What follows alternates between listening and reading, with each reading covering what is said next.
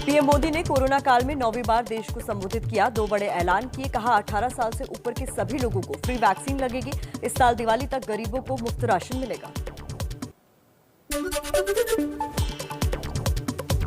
21 जून से देश भर में 18 साल से ऊपर वालों को मुफ्त वैक्सीन लगवाएगी केंद्र सरकार। राज्यों का कोटा भी केंद्र ने अपने हाथों में लिया। राज्यों को केंद्र से मुफ्त मिलेगी वैक्सीन। प्रधानमंत्री गरीब कल्याण अन्न योजना को दिवाली तक बढ़ाया गया। नवंबर तक मिलेगा 80 करोड़ गरीबों को हर महीने तय मात्रा में मुफ्त राशन। पीएम बोले कोई गरीब भूखा नहीं सोएगा। पीएम मोदी ने कोरोना महामारी के हालातों को बीते 100 साल की सबसे बड़ी त्रासदी बताया। कहा ऐसी त्रासदी विश्व ने कभी ना देखी थी, ना अनुभव की। कई मोर्चों पर हमारे देश ने लड़ाई लड़ी। पीएम के मुताबिक कोरोना जैसे अदृश्य दुश्मन के लिए एहतियात ही सबसे प्रभावी हथियार। बोले आज देश में 7 कंपनियां वैक्सीन बना रही हैं। 3 और टीकों का ट्रायल भी अभी एडवांस स्टेज में चल रहा है।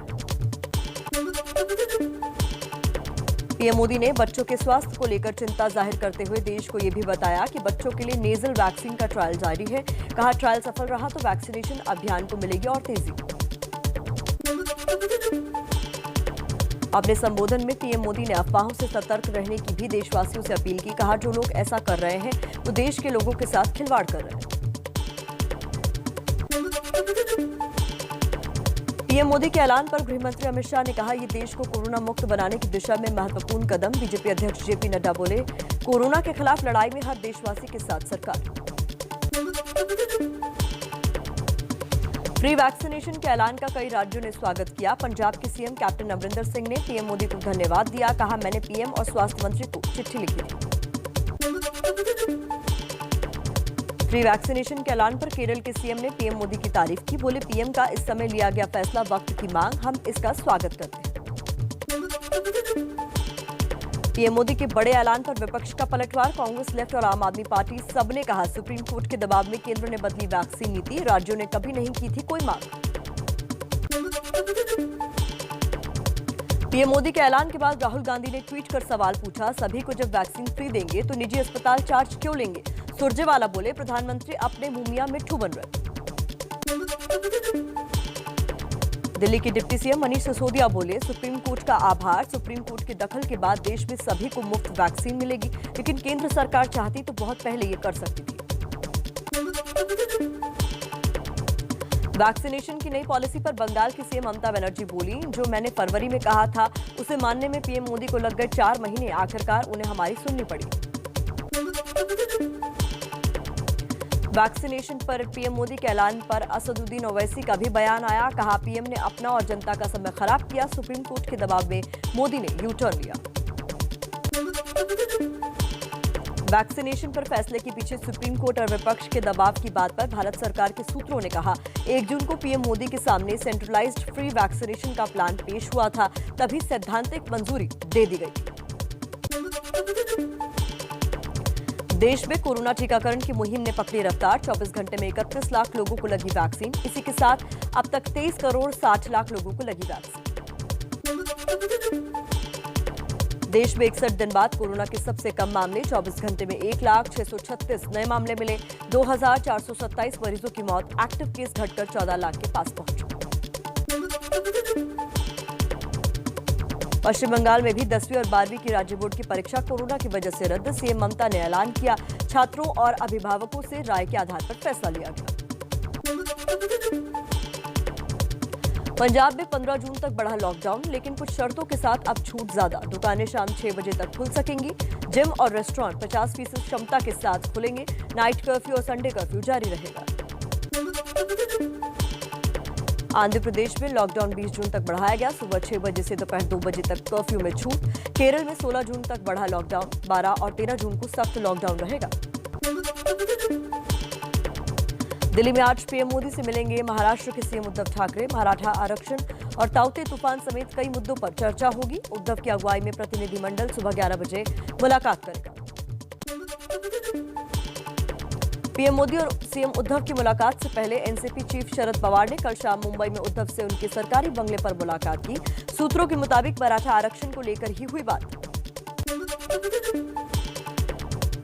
बंगाल के बीजेपी नेता शुभेंदु अधिकारी आज दिल्ली में गृह मंत्री अमित शाह और पार्टी अध्यक्ष जेपी नड्डा से मिलेंगे। कल पीएम मोदी से करेंगे मुलाकात।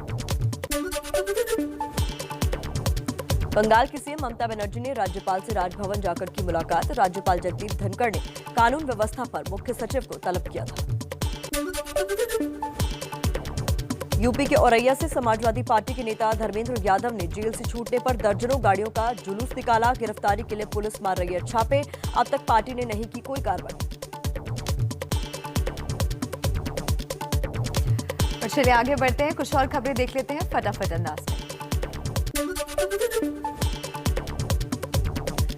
नए आईटी कानूनों का पालन करने के लिए तैयार हुआ ट्विटर। सूत्रों के मुताबिक कंपनी ने कहा नियमों का पालन करना चाहते हैं, लेकिन कोरोना हालात की वजह से देरी हो रही है, कुछ वक्त और चाहिए। पुणे में केमिकल फैक्ट्री में आग लगने से 15 महिलाओं समेत 18 की मौत, 5 लापता। राष्ट्रपति कोविंद, पीएम मोदी और गृह मंत्री अमित शाह ने दुख जताया। मृतकों के परिजनों को पीएमओ से 2-2 लाख का मुआवजा। पश्चिम बंगाल में कहर बनकर टूटी आसमानी बिजली। 3 जिलों मुर्शिदाबाद, हुगली और मिदनापुर में कुल 26 लोगों की मौत। पीएम मोदी ने संवेदना व्यक्त की। हरियाणा के नूंह में आसिफ हत्या मामले में गिरफ्तार लोगों की रिहाई के लिए मेवात के इंडरी गांव में महापंचायत एकजुट हुए। लोगों ने कहा निर्दोषों की जल्द रिहाई नहीं हुई तो सड़कों पर उतरेंगे। ड्रग तस्करों के नए तरीके का भांडाफोड़। शैम्पू के डिब्बों में 136 करोड़ की हेरोइन मिलाकर ला रहे 2 अफगानी नागरिकों को दिल्ली एयरपोर्ट पर गिरफ्तार किया गया। दुबई से आए थे। मुंबई में कोरोना दवाओं के नाम पर लाखों की ठगी करने वाले 2 लोग गिरफ्तार। 22 लाख की नकली दवाएं जब्त। गिरफ्तार आरोपियों में एक यूपी के मेरठ का और दूसरा दिल्ली का निवासी। मुंबई में ध्यान भटकाकर लोगों को दिन दहाड़े लूटने वाले गैंग के 5 सदस्य गिरफ्तार। बोरीवली के एक व्यापारी ने शिकायत की थी, उसी के बाद जाल बिछाकर पुलिस ने दबोचा। मुरादाबाद में 4 जून को एक कारोबारी के अपहरण और हत्या के मामले में 2 आरोपियों की गिरफ्तारी। फिरौती के 4 लाख रुपए वसूलकर भी कारोबारी को मार डाला था। अलीगढ़ शराब कांड में 108 मौतों के आरोपी शराब माफिया अनिल चौधरी के कोल्ड स्टोरेज पर चली जेसीबी। पिंजरी गांव में काली कमाई से खड़ा किया था कोल्ड स्टोरेज।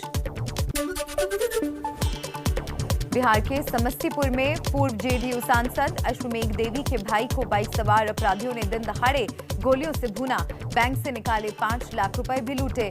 गुस्साए लोगों ने हाईवे जाम किया। हरियाणा के पलवल में रजिस्ट्री से अंगूठे का रबर क्लोन बनाकर बैंक खातों से रुपए निकालने वाला गैंग दबोचा गया। महिला समेत 5 की गिरफ्तारी। भारत के भगोड़े कारोबारी मेहुल चोकसी की जमानत याचिका पर आज डोमिनिका के हाईकोर्ट में सुनवाई। अब भी डोमिनिका के अस्पताल में भर्ती है चोकसी। 2 दिन की देरी से आया मॉनसून तेजी से आगे बढ़ रहा है। महाराष्ट्र के ठाणे जिले तक पहुंचा। बहुत जल्द मुंबई में दे सकता है दस्तक। इस साल मॉनसून के सामान्य रहने का है अनुमान। पाकिस्तान के सिंध प्रांत में ट्रेन हादसे में मरने वालों की संख्या बढ़कर 51 पर पहुंची। 100 से ज्यादा लोग घायल। कल सुबह एक एक्सप्रेस ट्रेन दूसरी ट्रेन के पटरी से उतरे हुए डब्बों से टकराई। खालिस्तानी आतंकी भिंडरावाले को शहीद बताकर फंसे cricketer Harbhajan Singh. Social media पर भड़के लोग, तो हरभजन ने माफी मांगी। बोले एंटी नेशनल ग्रुप को सपोर्ट नहीं करता। 13 जुलाई से शुरू होगा टीम इंडिया का श्रीलंका दौरा। 13, 16 और 18 जुलाई को वनडे मैच होंगे। 21, 23 और 25 जुलाई को T20 के मुकाबले खेले जाएंगे। शिखर धवन हो सकते हैं इस दौरे के लिए कप्तान। टीम इंडिया के श्रीलंका दौरे में कई नए और उभरते चेहरों को मौका मिलने की उम्मीद। शिखर धवन को मिल सकती है टीम की कप्तानी।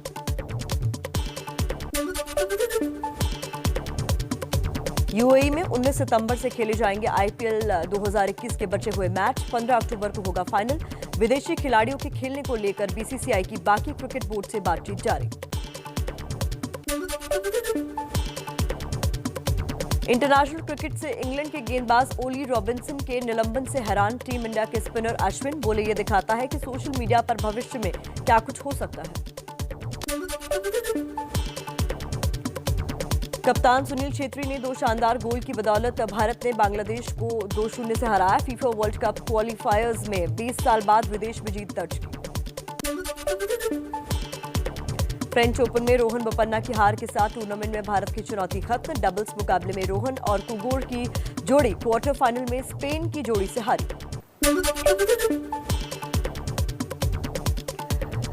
मुंबई के हिंदुजा अस्पताल में भर्ती दिग्गज अभिनेता दिलीप कुमार की हालत स्थिर। पत्नी सायरा बानो के मुताबिक जल्द छुट्टी मिलने की उम्मीद। सांस लेने में दिक्कत के बाद भर्ती कराए गए थे। कल शाम दिलीप कुमार के सोशल मीडिया हैंडल से उनकी ताजा फोटो शेयर की गई, जिसमें वो बिना ऑक्सीजन सपोर्ट के दिखे।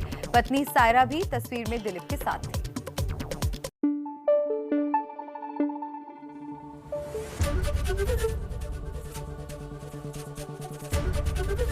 एबीपी न्यूज आपको रखे आगे।